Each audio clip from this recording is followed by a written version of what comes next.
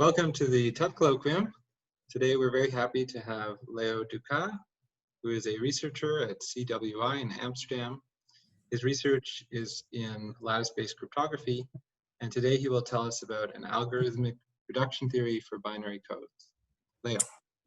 Thank you very much, David. I really want to thank you for the invitation. So, given the actual circumstances, allow for interesting opportunities. So, I really hope that after all this crisis went through, we keep this kind of habits because I think it's great to meet new people and exchange ideas internationally without spending hours in a plane. So, thank you again for this opportunity. So today I would like to talk about my joint work with Thomas Debris and Wessel van Woerden. And it's really a piece of work I enjoy working on because, I mean, most of the things that are at play here are extremely elementary. It's just about vectors of bits and, playing with them, taking some XOR, some ANDs. But by looking at what has been done in the world of lattices, we're able to do things that appears to be new for the world of binary codes. So lattices and codes are, at very high level, they're quite similar. They differ maybe by their ambient space and by the metrics, the notion of distance that are associated to them. But they found the same kind of application. We find them both for error correction, so either over analog channels for lattices or over discrete channels for codes. And they also both found application in cryptography. So for me, it was a natural question to try to understand how much they do look alike and how maybe techniques from one domain could be ported to the other domain. And after discussing with Thomas Debris, it seemed that an equivalent of LLL could be made, and seemed to not be done. So we went for that. So a quick overview. So we're going to propose analog from lattices to binary codes, and that includes definition, algorithm, but also bounds, so theorems that we can prove on codes, and the techniques underlying have been ported from one domain to the other. My original motivation for this was to try to attempt a new speed up for the cryptanalysis of code-based cryptography. So with the algorithm we're going to end up in this work, I mean, there's a mild speed up over another algorithm, but that doesn't mean that it beats the state of the art. Actually, quite far from that. But I think there's some ideas that could be pushed quite further. So I'm hoping that maybe new algorithm could be discovered there. Well, of course, I mean, for the sake of cryptography, it would be a bad news. But as a cryptanalyst, you must always keep hope, even when everything seems impossible. Otherwise, well, you give up cryptanalysis quite quickly. And more specifically, in this talk, I will focus only on one idea, on one algorithm, the LLL algorithm, so the algorithm of Lenstra, and Lovaas from the 80s. And this is a lattice reduction algorithm, an algorithm for finding good basis of a lattice. And so I'm going to start by recalling basically the key notions and key ideas to reach this LLL algorithm for lattices. And then we're going to take essentially the same route to derive a very analog algorithm for binary codes. And maybe somehow the only obstacle the only obstacle that you encounter while trying to do this is what notion of orthogonality would fit for binary codes, because LLL algorithms has other variants over things that might not be exactly real vector space, but always the Euclidean structure of the vector space was kind of important, and this is not something we're going to have for codes. But then once this obstacle is passed, and it's actually not so hard to pass it, the road to LLL unfolds before us in perfect analogy with lattices, and this is this is quite exciting to discover this, even if everything is very elementary, in fact. So let's go for it. The title might be a bit obscure, so let's break it apart. So we were claiming an algorithmic reduction for codes. So what do I mean by reduction? So we have a space, big X, and on this space we have an equivalent class that I'm denoting tilde here. Do you see the pointer of my mouse? Yes, we can see it, yes. Okay, wonderful. So we have an equivalence relation, and basically we're given a class, and the goal of reduction is to find a representative of this class, so an element X in the set big X, and it should have some property. It should either be unique or even canonical in some sense, but sometimes we don't really care about uniqueness. We just want the representative to be good in some sense. So in the case of lattices, lattice reduction, the goal will be to find a good basis of a lattice. So how does it fit in this framework? Well, a lattice is a discrete subset of a vector space, and we typically represent them using a basis, but several bases can generate the same lattice. So basically, a lattice, you can view it as a basis quotiented by the set of unimodular integer bases.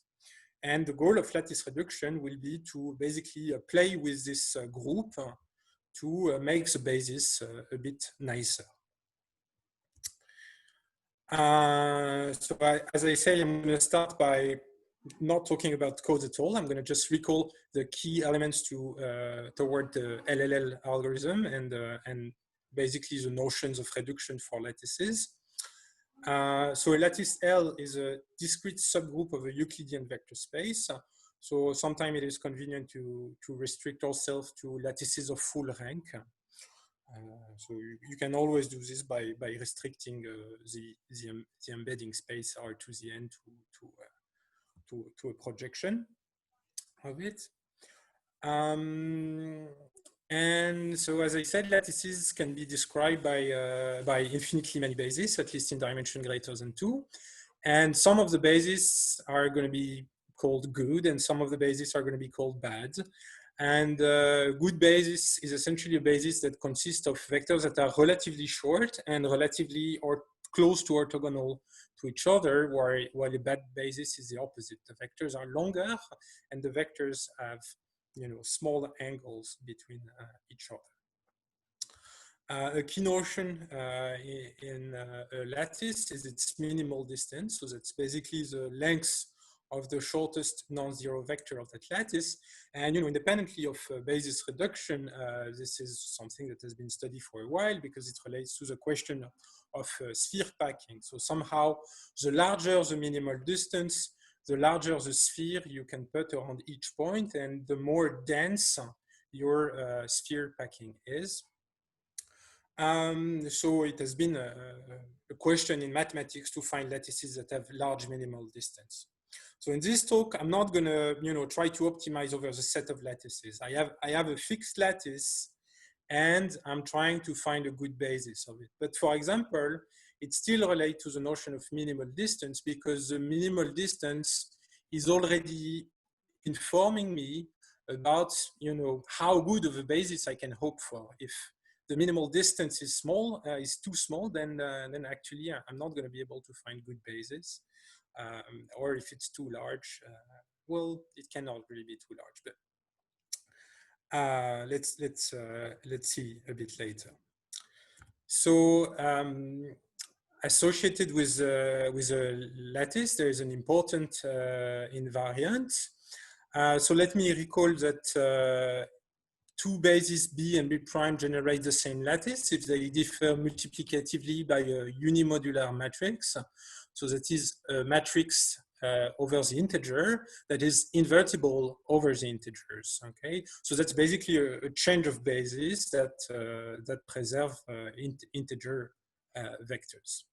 And from that, we can see that the determinant of all bases are going to be the same because the determinant of U is equal to 1.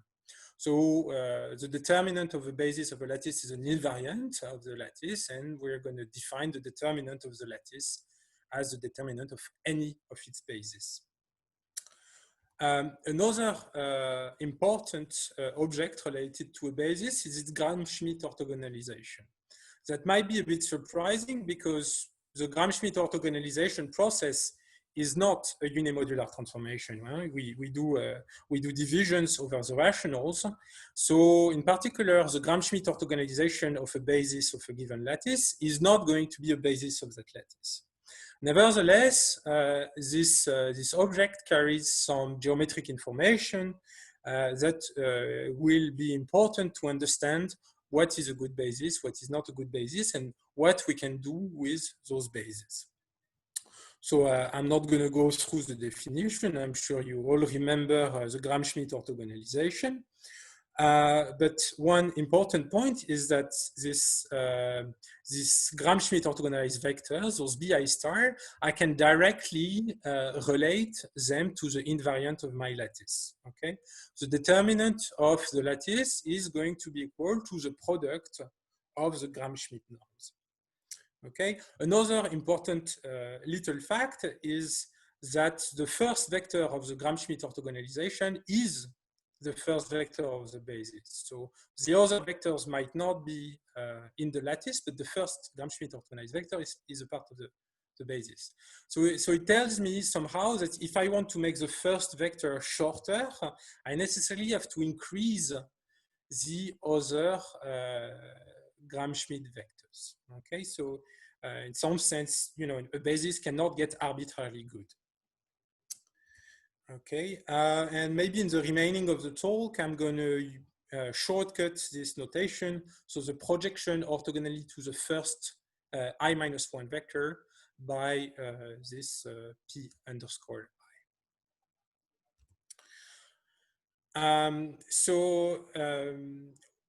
One other way of viewing the invariant about the Gram-Schmidt basis is to say the following, is to say that the Gram-Schmidt, the parallelepiped spanned by the Gram-Schmidt basis here tiles the space. It is a fundamental domain of the action of the translation by the lattice. But more visually, it's just a tiling of the space. So here I'm not tiling according to the basis, but according to the Gram-Schmidt basis. So the first vector B1 here, we see that the tiling is parallel to it, but then the second vector is orthogonal to this one. It's done according to the projection of the second vector orthogonally to the first one. Okay, and whatever the basis I choose, I have such a tiling. Okay.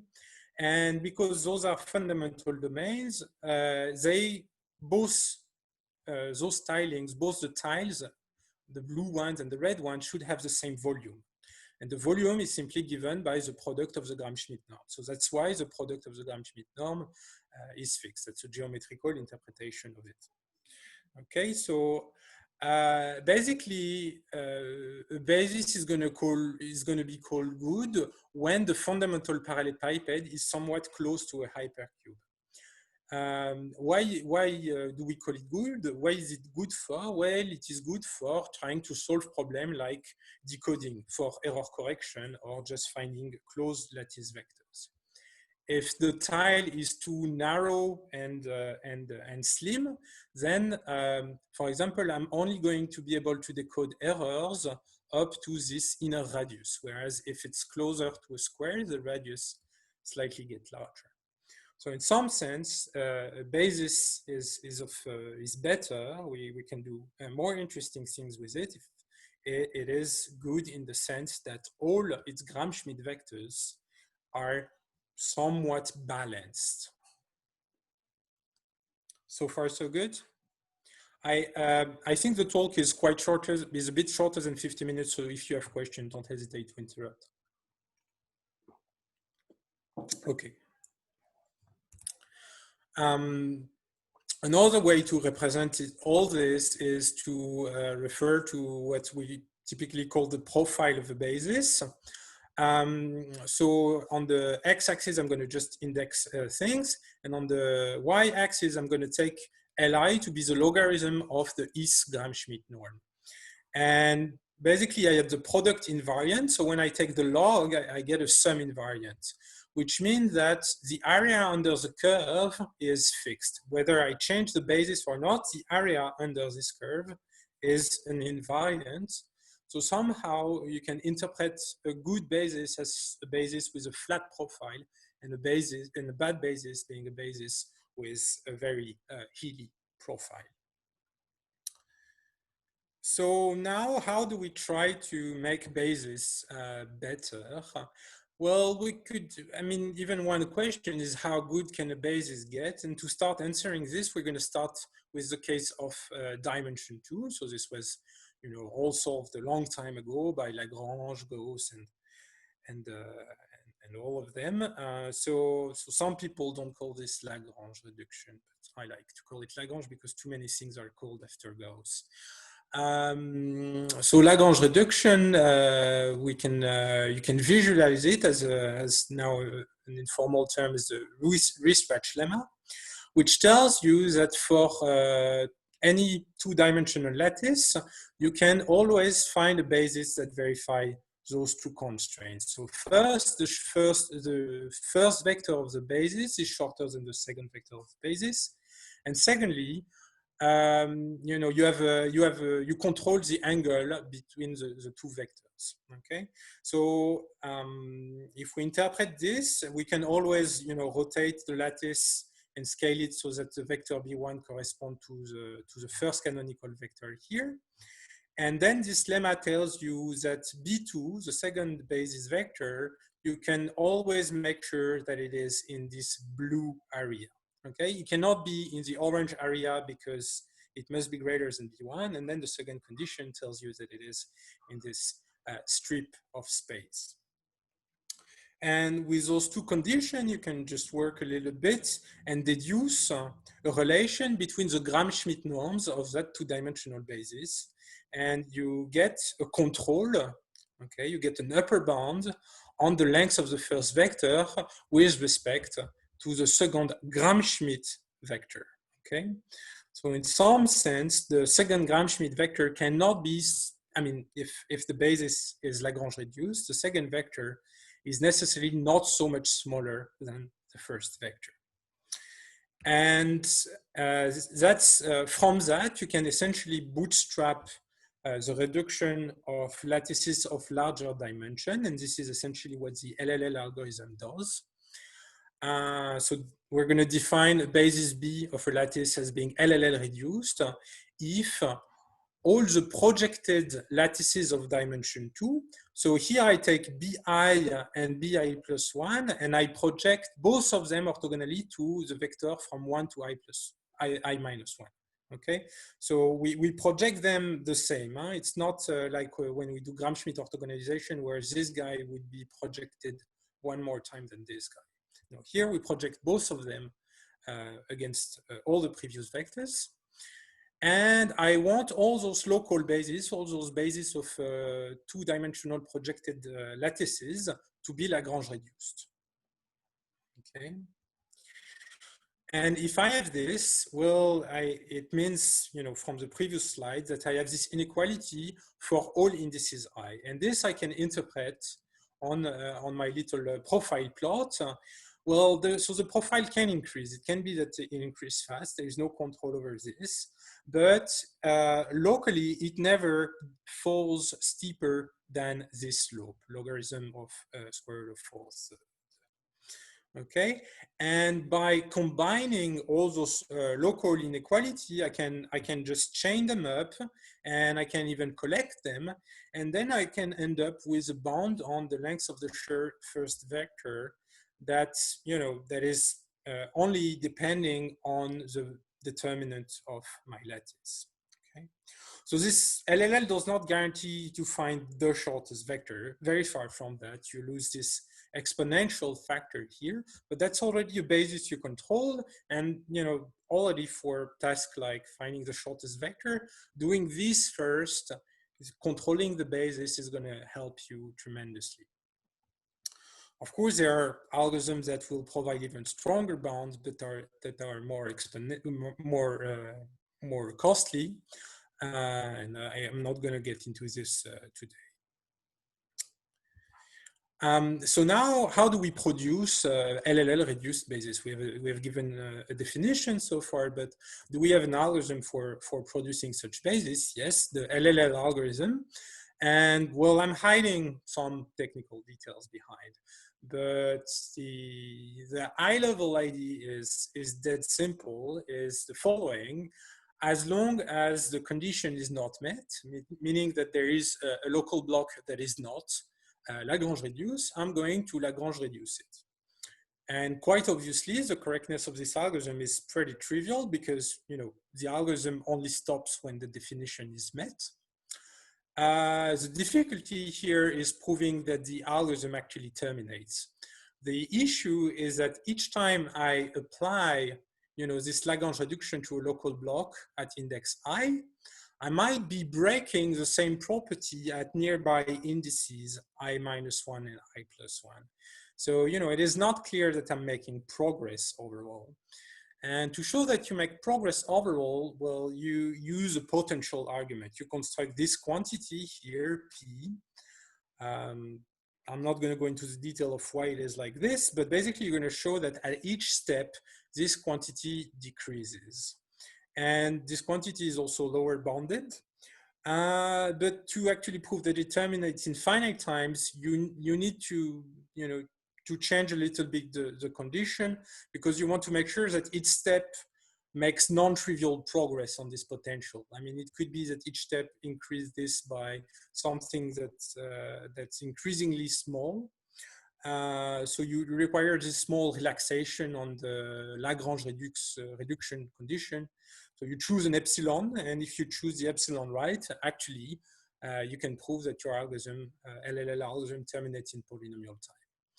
This epsilon is going to affect a little bit the condition that we've seen here, but by a very small factor. So essentially by an epsilon term. So actually, it's not going to affect the target of the algorithm very much.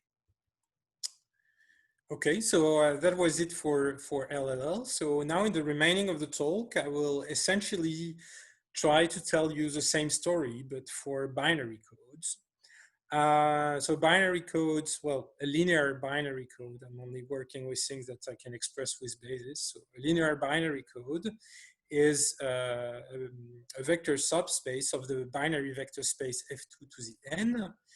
And I also need a distance, a metric notion. And for this, I'm going to use the Hamming metric. So very brief introduction to the notation. I'm going to use bit string notation for my vectors. And I'm going to use the O plus notation for the sum modulo 2. The reason I do this is that somehow the other binary operation, like the bitwise n and the bitwise or, will also play a role in there. So I felt like using the Boolean notation rather than the algebraic notation was a bit more adequate. I'm very sorry for those who think that the wedge symbol should always be an external product. It pained me myself a little bit, but I went for it. And we're going to embed this space with the Hamming metric, well, more like the Hamming distance. It's not exactly a metric. And we're going to define the lengths or the weight. I'm going to say the lengths because I'm too used to lengths because of lattices. So the length of the vector x is simply the number of indices for which the coordinate is 1. A related notion is the support of of vector x, and that's simply going to be the set of coordinates where it is equal to 1.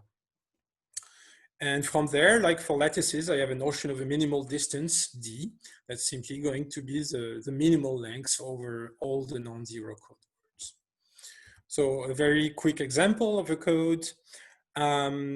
So typically I'm going to call n the length of the code. So here we have a code of length 3, meaning that it's a code over f2 to the 3. K is the dimension of the code, so that's the number of vectors I need to generate it. And d is the minimal distance of the code, and in this case, it's the minimal distance is 2. So here I have a code with 4 code words that is generated by those 2 vectors, b1 equal 1, 1, 0, and b2 equals 0, 0, 0, 1, 1.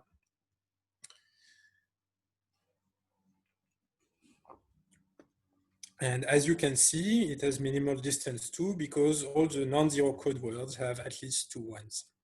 Actually, exactly 2 ones, because this is kind of a nice symmetric code here. Okay, so if you recall what we've done in the first half, the first thing I did to even talk about reduction was to talk to you about the Gram-Schmidt orthogonalization. So can we construct an equivalent notion for codes? And maybe your first idea and my first idea was to actually, well, let's just look at the inner product over F2, right? Because this is what we use for Euclidean vector space. But over F2 to the n, the inner product is really not giving you interesting geometric information. In particular, you can hardly relate any the length of x and the length of y to the length of x plus y using this inner product. So instead of the algebraic orthogonality that one might be tempted to use, we're going to use what I called orthopodality. So podal stands for the notion of support, because this is what's going to be at play. We're going to say that 2 vectors are orthopodals if their support are disjoint.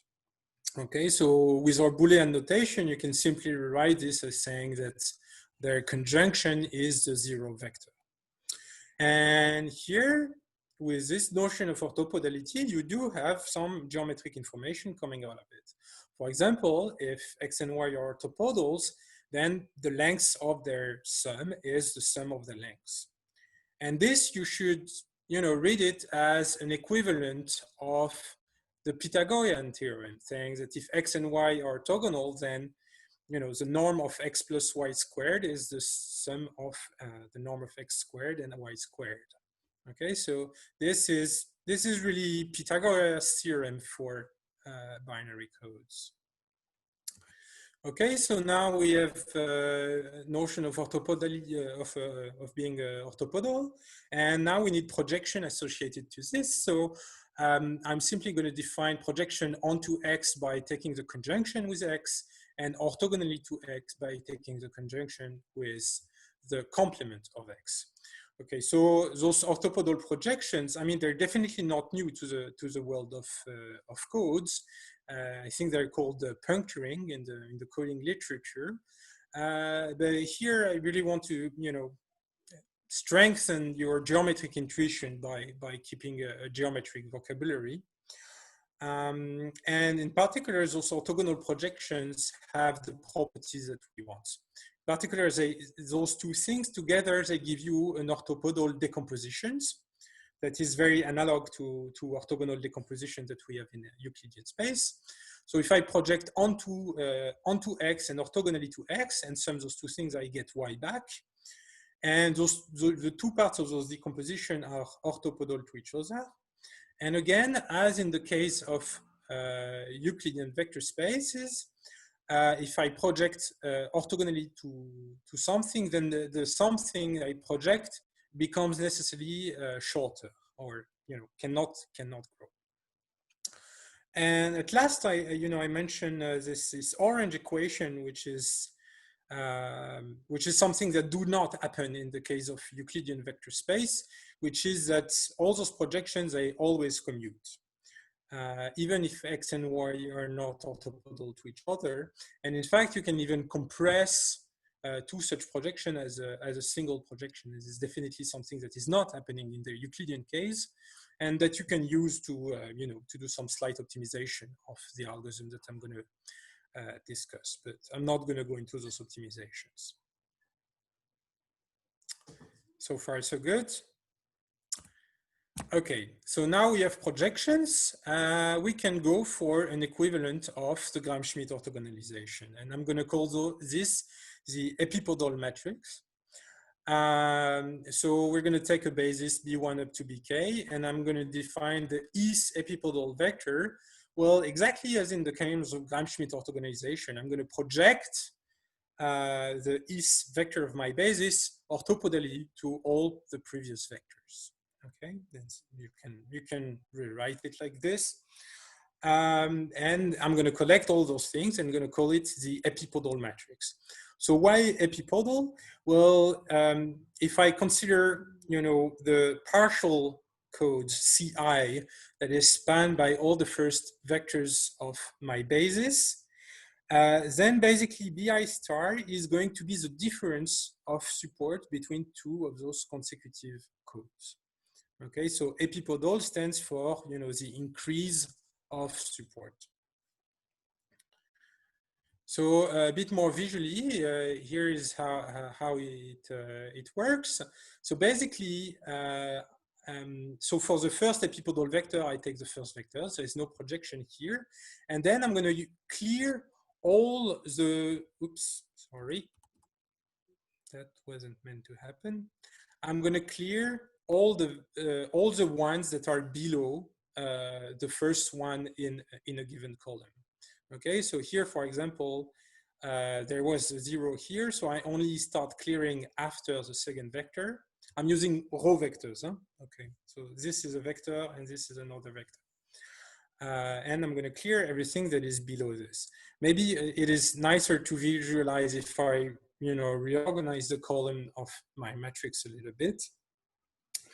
And this is your epipodal matrix when things are in a nicer shape.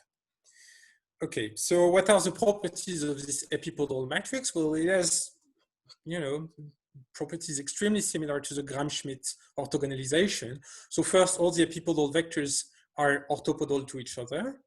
And secondly, you have, this is the analog of the fact that the real vector space spanned by the first vectors of a basis is the same real vector space spanned by the vectors of its Gram-Schmidt orthogonalization. So here, we don't replace span over the reals by span over F2. And this is an important point.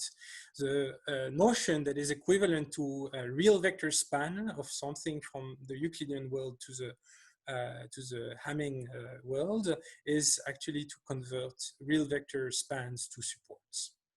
Okay, and if you think a bit about it, it kind of makes sense for lattices as well.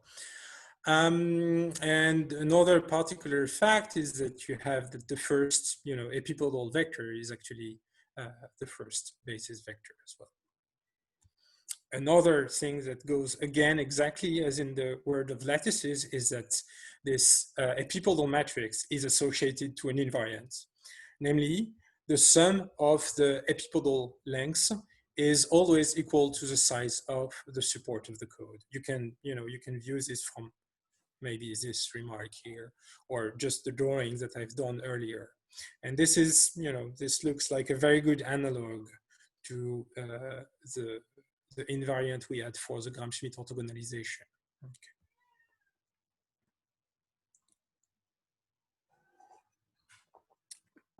All right, so now I have, this notion of epipodal matrix, and okay, I'm not motivating it in this talk, but for a reason that are explained in the paper and are somewhat similar to the world of lattices, I would really like to have basis where the epipodal vectors are somewhat controlled. And actually that's going to give me an algorithm that guarantees that I find a reasonably short vector of the code as in the case of LLL. So we're going to follow the same route. We're going to start by codes of dimension 2. So we're going to mimic Lagrange. And here is a very simple lemma that mimics the Lagrange reduction for lattices. So for any codes of support size n and dimension 2, there exists a basis B1, B2, such that the first vector of the basis has length at most 2/3 of the length of the code.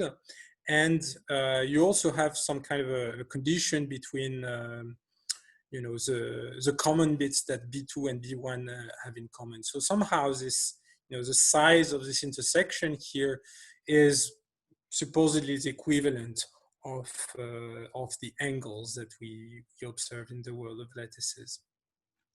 Okay, and this is going to give you in particular for the epipodal construction, it's going to bound the first epipodal vector by twice the length of the second epipodal vector. So again, from there we have a conclusion that allows you to control, the relative weights of your epipodal vectors. And the proof is extremely simple, because it's a code of dimension 2. You can just look at all its code words. There are just 4 of them, and one of them is 0. So you just have 3 distinct non-zero code words, and you even have that the third one is the sum of the first 2 ones. So somehow, if you just count the number of ones in each of them and count how many of ones overlap, you can somehow deduce that the sum of the lengths of the 3 vector is n. So necessarily one of those 3 vector is going to have lengths less than 2/3n, and I'm going to take this one for my B1. And then among the 2 remaining vectors, there must be one of them that verifies this condition. So we have Lagrange for codes. So from there, we can just define an LLL algorithm for codes. We're going to say that the basis of a code is Lagrange reduced if all those projected sub-bases are Lagrange reduced, and we're going to define an LLL algorithm exactly the same way as we did before, by Lagrange reducing those local blocks until they're all Lagrange reduced. And it's even simpler than in the case of Euclidean vector space, because, well, so for proving that the algorithm terminates, you apply the same kind of potential arguments, but this time you don't even need this crazy epsilon relaxation. And the reason is that unlike for the case of lattices, where your Euclidean space, real vector space norms can get arbitrarily small, here all the norms are integers, so somehow the potential is always integer. So you always make discrete steps. You always make a minimal amount of progress during your LLL reduction. And if you run this, you end up with the following guarantees: that each epipodal vector Bi is at most twice the length of the next epipodal vector. But you can also deduce another inequality, which is that all the epipodal lengths are strictly greater, at most 1. Well, because the only other possibility less than 1 is 0. But if it were 0, then it would imply that all the previous vectors are 0. And it will imply in particular that the first vector is 0. And that cannot happen because it's a basis of your code. Okay. So now, as for the LLL for lattices, I'm going to take all those local inequality and I'm going to, chain them and, put them together to try to bound the first vector of my code. And so I'm rewriting, I'm defining Li as, the eth epipodal length. And recall that I had an invariant that this was equal to the size of the support of the code. So this is at most n, and this is n for a full length code.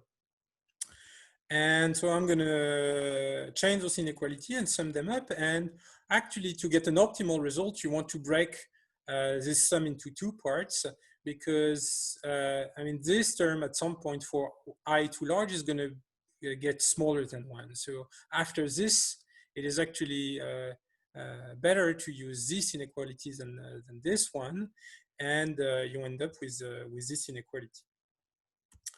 and okay, so if you work it out, you end up that the first epipodal length minus, the downward rounding of its logarithm divided by 2 is less than the length of the code minus the dimension of the code plus 1 divided by 2. And actually, when we showed this inequality to Alain Couvreur, he told us that this inequality is not new at all. It's called the Grismer bound. And so we kind of reinvented Grismer bound, except that we have an algorithm associated with it. And if you look at the proof of Grismer bound, you see implicitly many of the ideas that I've explained in a geometrical way here. But most of the ingredients for this LLL are actually already inside Grismer bound. The only thing that is missing is somehow the potential argument to show that there is an algorithm that will actually produce a vector of this length. Okay, so Grismer bound tells you that there exists a vector with this length at most L1, but we here give an algorithm that actually compute such a vector. And this is, again, this is very similar to the story that we say in the world of lattices, that the LLL algorithm is merely an algorithmic realization of the Hermite bound. So here the LLL algorithm for code is a realization of the Grismer bound. So somehow, if I summarize a little bit all those bounds, well, no, not all of them. There's many more bounds known in the literature, but I'm going to take those ones because I think they're interesting in that respect. A very simple bound is the bound of singletons, and for linear codes, actually this bound is associated to a very simple algorithm, which is just put your basis in systematic form. We have Hamming bounds, and this one will, I think this one, finding an algorithm for it should be hard. It should be an exponential time algorithm as far as I can see. It might even be NP hard, I don't know. I'm not gonna bet on it. And finally, we have Grismer bound, and now we do have an algorithm that actually realizes this bound. And that's pretty much it for the talk. So what's more in the paper? So as I explained, for lattices, the reason that we want to balance, the Gram-Schmidt lengths was because we have this algorithm that tiled the space according to fundamental domains. It's called Baba-Inheres plane algorithm. And these algorithms we're also able to very simply adapt from lattices to codes. And we also propose an analysis of what this fundamental domain looks like and how its shape relates to, for example, the success probability of correct decoding. Then we take a little step toward, cryptanalytic algorithm by trying to hybridize this Babai algorithm with the Librical algorithm, and we do obtain a small speedup, very small. And anyway, it is beaten by other very more advanced cryptanalytic algorithm, but it shows somehow that these ideas of this reduction theory might be compatible with the techniques that we are using at large for cryptanalysis of codes. It's not only a paper about theory, because in the world of lattices, it was often the case that the theorem were very loose. In some sense, the LLL algorithm behaved much better in practice than what the upper bound suggests. So we wanted, it was a natural question to wonder whether it is also the case for codes. So we implemented all those algorithms and experimented a little bit with them. I think the work leaves many open questions, especially, on the theory side. For example, we have the LLL algorithm in the world of lattices. We also have more powerful algorithms like BKZ. So can all those be translated? And all those algorithms are associated to bounds more advanced than Hermite bounds that are called model bounds. So can we adapt model bounds to the world of code? Does that match with bounds that we already know for codes, or are those new bounds? But my favorite question, my favorite open question, the one that tickles me the most is what about duality? So in the world of lattices, with a lattice, we have a dual lattice associated with it. And to any basis of the primal lattice, there is a natural dual basis of the dual lattice. And it turns out that the LLL algorithm is self-dual. If you LLL reduce the basis of the primal and take its dual, then its dual is also LLL reduced, or weakly so. But I'm just going to hide this under the carpet. So a natural question for me was like, is this not a reduction for codes also self-dual? Because we do have a notion of duality for codes, but we do not necessarily have a notion of a dual basis. As far as I know, there is no natural there is no natural one-to-one correspondence between the basis of the primal and the basis of the dual, except for a small class of basis, for example, in systematic form. So basically, here the question is not even to know whether the LLL is self-dual, but whether the question of self-duality can be made to make sense. Thank you very much. That's all I wanted to say. So the preprint is available online on the IRCR ePrint, and also the code for experiments is open source and available on GitHub. Thank you, Leo, for a very nice talk and beautiful slides. Now is a good time for questions. If there are questions from the audience, please speak up.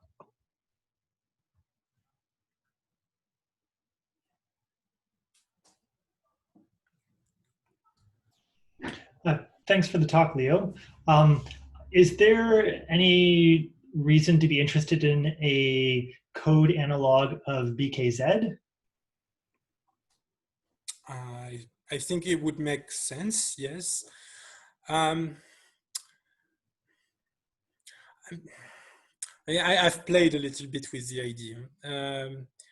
I mean, it makes sense to question, the possibility of stronger reduction than LLL, but it might be that, I mean, if you want to, maybe if you want to do theory and proof stuff, it might make sense to go for BKZ. But if your goal is cryptanalysis, I think it's going to, this direction is going to diverge a little bit from the lattice literature.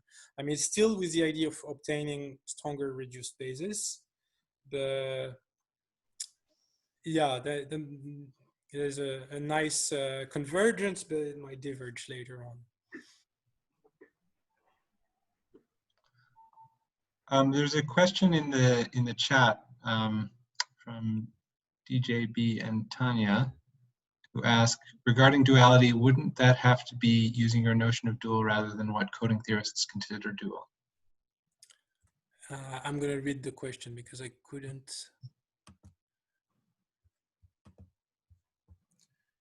Using your notion of dual rather than what coding theorists call dual. I've not given any notion of dual, so I suspect we just mean, inner product over F2 equals 0. Is this what you mean?